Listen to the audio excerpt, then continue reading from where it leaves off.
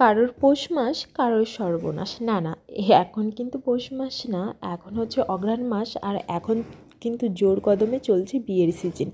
অনেক বছর পর একটা বিয়ের নেমন্তন্ন পেয়েছি।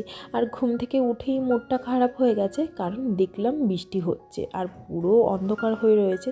জানো তো, দুদিন ভীষণ মেঘ করেছিল আর এত গরম লাগছিল কি বলবো। আজকে সকাল থেকেই আবার দেখি ঠান্ডা লাগছে। এই বৃষ্টিটা যেই কমবে না, ভীষণ পরিমাণে কিন্তু ঠান্ডা পড়া শুরু হয়ে যাবে। সকালবেলা তো কী করব, এখন এই 8:30 মতন বাজে, ঘুম থেকে উঠে মুখ টুক ধুয়ে নিলাম। মা চা বানিয়েছিল, তো আমি তো চা খুব কমই খাই, তো তোমাদের দাদাভাই খেয়েছে, সেই কাপ রয়েছে। এখন একটু মুখে ক্রিম লাগিয়ে এগুলো বাইরে নিয়ে যাচ্ছি। তার মধ্যে আবার ফোন আসলো যে একটা পার্সেল এসেছে। পার্সেলটা খুলছিলাম আর যেন তো চিন্তা করছিলাম যে কী এমন অর্ডার দিলাম, কী আসলো। তারপর খুলে দেখি একটা ছোট ট্রাইপডের অর্ডার দিয়েছিলাম, সেটাই চলে এসেছে। আমি ভাবতেও পারিনি যে আজকে চলে আসবে। এটা কাল রাতেই অর্ডার দিয়েছি, সেই জন্য একটু হতবাকি হয়ে গেছিলাম যে হঠাৎ কী এমন আসলো। তা আমি ভালো করে একটু সেটিং করে দেখছিলাম যে এটা কীভাবে মানে কাজ করে। অবশ্য আমি এটার অনেক ভিডিও দেখেছি, রিভিউ দেখেছি। আর জানো তো, আমার এরকম একটা ভীষণই দরকার ছিল। আর আমার কাছে আপাতত যে একটা ট্রাইপড রয়েছে ওটাও অনেকটাই খারাপ হয়ে গেছে। একটা ভালো কিনতে হবে, একটা বড় দেখে। আপাতত এই মিনি একটা ছোট আমি এই কারণেই নিলাম যে রিলস বানানোর জন্য কিন্তু এটা খুবই প্রয়োজন হয়। আর আমার কাছে যেটা রয়েছে সেটা কিন্তু এই ফোনটা লম্বালম্বিভাবে হতো না, সেই কারণেই কিন্তু আমি ওইটা নিয়ে নিয়েছি। আর ওটার উপর কিন্তু একটা এলইডি লাইটও আছে। এটা আমি ফ্লিপকার্ট থেকে নিয়েছি, খুবই রিজনেবল প্রাইসে।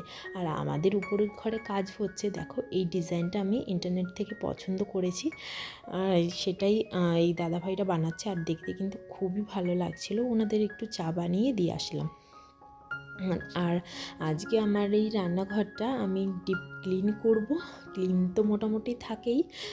আর আমাদের রান্নাঘরে দুপুরের রান্নাবান্নাটা হয় না, দুপুরের রান্নাবান্নার চাপটা তো বেশিই থাকে, সেই কারণে কিন্তু এইখানে অতটা ঝামেলা হয় না। মা কিন্তু সমস্ত কিছু গুছিয়ে বাইরে নিয়ে যায়, বাইরে রান্না করে। আমাদের প্রচুর কাঠ রয়েছে, সেই কারণে ভাবে যে বেকার ঘরে কেন রান্না করব, বাইরেই জায়গা রয়েছে, তো সেখানেই রান্নাবান্না করি। সেই কারণে জানো তো, রান্নাঘরটা সকালে খাওয়া দাওয়ার পরে আমরা একবারে ক্লিন করে নিই, আর ক্লিনই থাকে। আর রাত্রে হয়তো একটু রুটি বানাতে হয়, হালকা পাতলা সবজি, তাই আর ঝামেলা হয় না। রান্নাঘরটায় একবার যদি তুমি ক্লিন করে রেখে দাও, সেটা কিন্তু একদম পরিষ্কারই থাকে। আর আমরা যেহেতু বাড়ি থাকি না, তো এই মাংস তারপর মশলা জাতীয় জিনিস খুবই কমই হয়, কারণ মা কিন্তু মাংস খায় না আর বাবা একার জন্য আনেও না।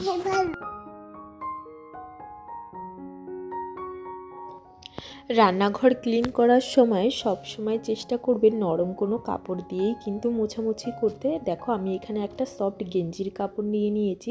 টাইলস আর এই গ্রানাইটগুলো যদি তোমরা কোনো লিকুইড জাতীয় শ্যাম্পু কিংবা লিকুইড জাতীয় কোনো ডিশওয়াশার দিয়ে ক্লিন করো, তাহলে এগুলো কিন্তু দ্বিগুণ চকচক করে সাবানের থেকে, তো দেখতেও কিন্তু খুবই ভালো লাগে। আর রান্নাঘরে আর একটা ইম্পর্টেন্ট জিনিস হচ্ছে তোমার বেসিন। সেটাকে যদি তোমরা সবসময় ক্লিন রাখো, তাহলে কিন্তু এই রান্নাঘরের সৌন্দর্যটা দ্বিগুণ বাড়িয়ে দেয়।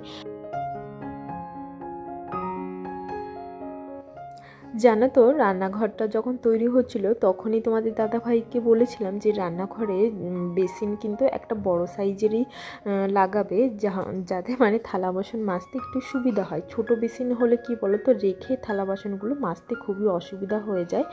আর আমাদের নিচে যে বক্স টাইপের বানানো রয়েছে, এগুলো প্লাইয়ের উপরে সানমাইকার দিয়ে কিন্তু ডিজাইন করা, তার জন্য আমি ভালো করে সাবান দিয়ে স্কচব্রাইট দিয়ে ডলে নিলাম, আর সেটাকে একটা কাপড় দিয়েও মুছে নিচ্ছি। এতে কিন্তু এটার কোনোই অসুবিধা হবে না। এই হাতের এই জায়গাগুলো একটু কালো হয়ে গেছে, যেগুলো মানে বারবার ধরে খোলা হয় না সেইখানে, তো এমনিতে কিন্তু ক্লিনই রয়েছে, তাও একটু ভালো করে মুছে দিচ্ছি। তারপর রান্নাঘরটা ভালো করে আমি পরিষ্কার করে নিচ্ছি। আমি কিন্তু ঘর মুছছিলাম, তারপর ভাবলাম যে ঠিক আছে রান্নাঘরটাকে চলো আজকে ক্লিন করি, আর তোমাদের সঙ্গেও আমার ছোট্ট রান্নাঘরটা শেয়ার করে দিই। তো আমার রান্নাঘরের ফাইনাল লুকটা এরকম রয়েছে। আর তোমাদের তো আগে একটা ভিডিওতে বলেছিলাম এইখানে এরকম একটা ব্রেকফাস্ট টেবিল টাইপের রয়েছে। আমাদের ইচ্ছা আছে এখানে দুটো চেয়ার রাখার, আর তারপর এখানে যে তাকটা আমরা বানিয়েছি এখানে একটা কাচের দরজাও বানাবো, সুন্দর করে সেটিংও করব, সমস্ত কিছুই তোমাদের সঙ্গে শেয়ার করব। স্নান করে চলে আসলাম আর ভীষণই ঠান্ডা লাগছে। দেখো এই চটিটাও কিন্তু কালকে এসেছিলো, যেটা আমি অনলাইনে অর্ডার করেছিলাম। তো কেমন হয়েছে অবশ্যই জানিও চটিটা আমার।